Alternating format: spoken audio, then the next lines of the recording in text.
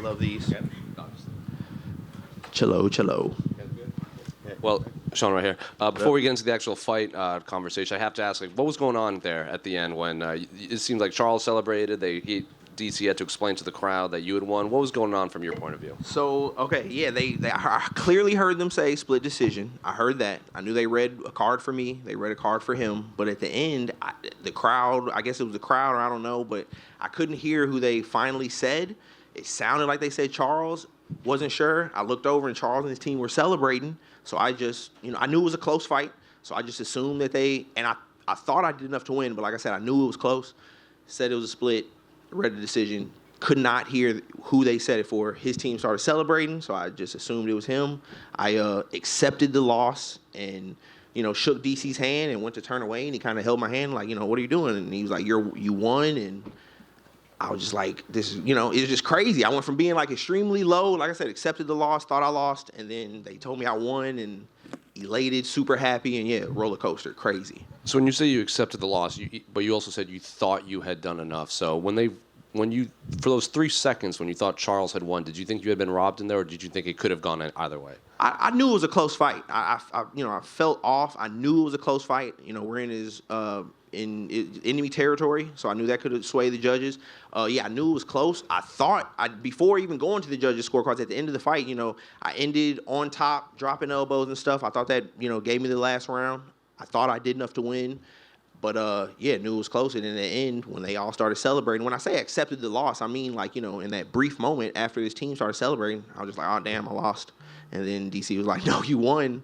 And I was just like, this is crazy. I've never experienced anything like that in my life. I'll never forget it. And last thing on this one, did you talk to Charles after all of that? Because it's like, obviously, he was the opposite side from you. He went from the highest of highs to now he's the loser in this one. Right after the fight, I talked to him. I told him, I saw interviews leading up to this fight, how he said that, he had wanted a top 15 guy and somebody with a name. And I told him, I was like, I agree. I thought you did deserve a top 15 guy and a guy with a name. I was like, I appreciate you not, being all political and saying you didn't want to fight me and all that. I appreciate giving me the opportunity. And but no, I didn't talk to him after the whole scorecard announcement fiasco. No. Sure.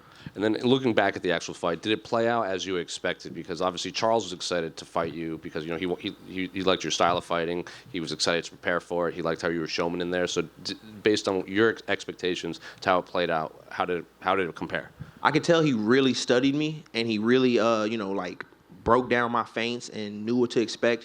I could tell he knew what I was doing he knew what I was planning to do off of certain small little feints. He knew what was coming, and, that was kind of freezing me up, but I was freezing him up and stuff, and it was kind of like a chess match in there.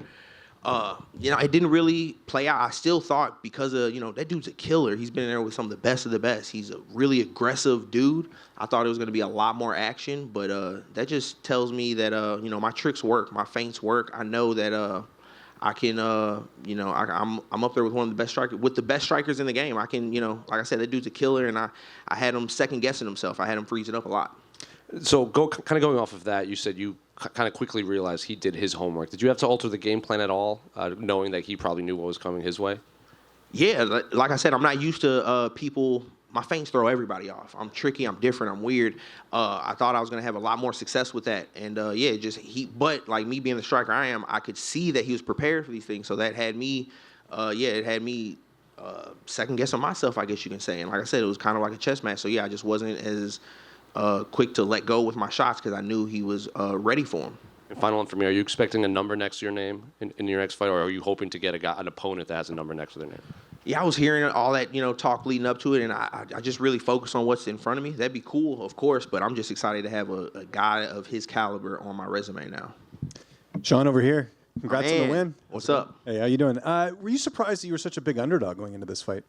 No, I wasn't. I wasn't surprised by that at all. The moment my manager hit me with Charles Jourdain, I knew right out the gate I was going to be an underdog. Like I said, he's been in there with some killers, and, yeah, he's a hell of a fighter. And you fought people in their hometowns before. What was it like fighting in Canada in a different country against someone, and that's obviously Canadian?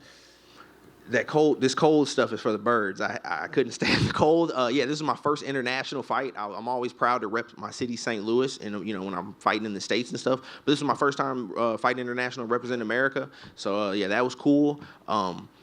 And yeah, I've been in enemy territory before. I actually prefer that, to be honest, because I know even though I was in enemy territory, that put a lot of pressure on him to perform in his his in front of his fans and stuff.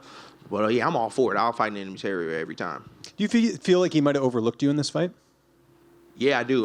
Yeah, 100%. I mean, that's not me, like talking shit or nothing. I just 100% feel like he underestimated me. I really do. Yeah, I feel like he felt like I didn't belong in there with him. I should, he shouldn't even be, stooping down and fighting somebody like me. All that. I definitely felt that he was underestimating me. How was the weight cut this time with the fact that, again, you're going to a different country? It's maybe not as familiar in terms of some of the things you're used to in the U.S. Like how, yeah, you just said it there. And side note to that, I know you also mentioned that the camp wasn't ideal either. Could you just talk about, the cut and also the camp as a whole? Somebody must have told you something. Yeah, this was the...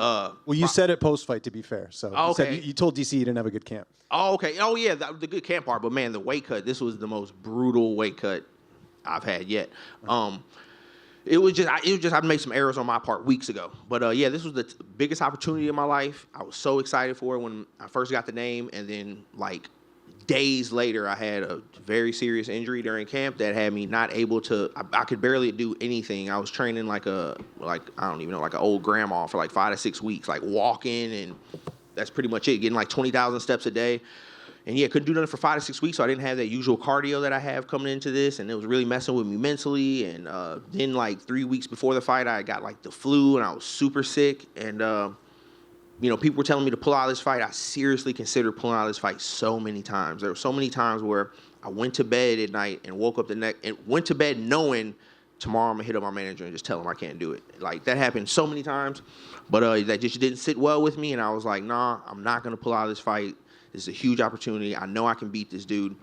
And, yeah, I always have the utmost faith and belief in myself, and I knew I was going to get there and find a way to win. And just last one for me. We talked about this before the fight, about how your career's been a bit weird. You've had some injuries, some layoffs. This was a big opportunity here, and you came through and you got it done. How big of a year is this going to be for you in your career? And is it a bit of vindication, too? Because, again, you've got a good record. It's just we haven't maybe seen you as much. This is the year. I've been in the UFC 4 years, going on 5 years now. I've fought like once a year, something like that. I know where I stack up against these dudes when I'm healthy and I'm on point. And, yeah, this is the year where I'm active. January is, perfect for laying out an active year. I'm fighting January. I want to fight again in May, maybe June, and then squeeze another one in like October, early November, right before the holidays, so I can get in at least 3 this year. Just a quick one for me. When you're going into a fight, in this one you had a 9-inch reach advantage. Throughout your career, do you feel that you've fully mastered how to utilize that kind of an advantage? And conversely, does it ever create issues for yourself when you have that? I could have used it better tonight, but yeah, some guys have a real long reach and they don't know how to use it, but I feel like I know how to use mine fairly well, and I feel like that's what gives everybody problems that steps across from me. Sean, where does that rank as the strangest things that happened in your career so far? Number one, that's the craziest thing that's ever happened in my career. I mean, it's fresh, so I might be biased, but yeah, off the top of my head, that's the craziest thing that's ever happened. Yeah, it's so cliche to say, but that was like seriously a roller coaster of emotions. Like, it was crazy. I'll never forget it. You said before that you felt a little bit off before the fight, a little off during the fight. Cormier, when he was doing the commentary, actually said like there were times where you looked like you were in the zone. So what was your mindset when you were in there? That's what I'm saying. I've had another split decision on my record a few years back, and this is the second split. And even in that night, I felt super off. And a ton of my fights, I feel off. But yeah, that just, as crazy as it sounds, that lets me know how good I am. Like, that I'm picking up these wins at the highest level in the sport on off nights. Yeah, that's just pretty much it. Yeah. And speaking of how good you are, I know you said before you're not really thinking about like who's you're fighting next or where you are in the rankings, but just to frame it for you now, that's 5 straight fights without a loss. That streak is behind only guys like Ili Topuria, who's fighting for the title, Movsar, who's about to fight right now. Does that help you kind of figure out, are you like top 20, top 15? I'd say top 20 for sure. Yeah, I know you got to do a lot, and it's really meaningful to be in that top 15. I don't know if they're going to, throw me in there off of a split decision, and I feel like I maybe have looked lackluster in there, but I felt like if the training camp wasn't as horrific as it is, I could feel it when I was in there with him that I could have done so much more, and that I'm better than that dude. I was better than him, and like I said, he's a killer. He's been in there with the best. He's been ranked before, I believe. I think Charles was ranked in the ranks before. So yeah, I know I feel like I'm, one of the best. But yeah, I know I'm at least up there, top 20. But yeah, I don't even worry about that. I just know I keep winning these fights, and it puts me in a good spot. I know I'm in a good spot now. I just won that, and that's all I'm worried about, one fight at a time. When you say you feel off in some of these fights, why do you think that is, and what exactly does that mean? I mean, this fight, I know what it is. I mean, before, so the number one fight before, my fight against Yusuf, which was a split decision, I felt off in that one because that was like a year layoff, and I guess I attribute that to ring rust and inactivity. This one, you have no idea how hard this camp was and how it was a fight to get to the fight. I was 100% certain so many times that I was going to pull out. It was just super stressful, super hard camp, and just everything that happened during this camp, I know had me in there not at my best tonight. And does it give you confidence that maybe you're not at your best and you're still putting together winning streaks and pulling off upsets? 100%. That's what I'm saying. I'm a dude who I always look on the bright side. I stay as positive as possible, even though when I have a performance that I'm not happy with, I still try to grasp and take whatever positive I can from that, and that's it. I'm in the UFC. I'm at the highest level, taking on killers and winning fights on off nights, and that just it adds my motivation to get back in the gym, and I don't want to have these too close for comfort fights. I want to get back in the gym, and I want to have clean kills. Sean, just a quick one right here. You mentioned the injury that had you only able to really walk. How many weeks of an actual camp did you get ahead of this fight? Solid, real deal training. I want to say 3 weeks or something like that. Real training, how I train. Putting in real hard work with my strength and conditioning coach, and real hard work at Wolves Den, my MMA gym. Yeah, about 3 solid weeks, I'd say. Crazy. Congrats on the win. Thank you, sir. Thank you. That it? We good to go? Thank you, guys.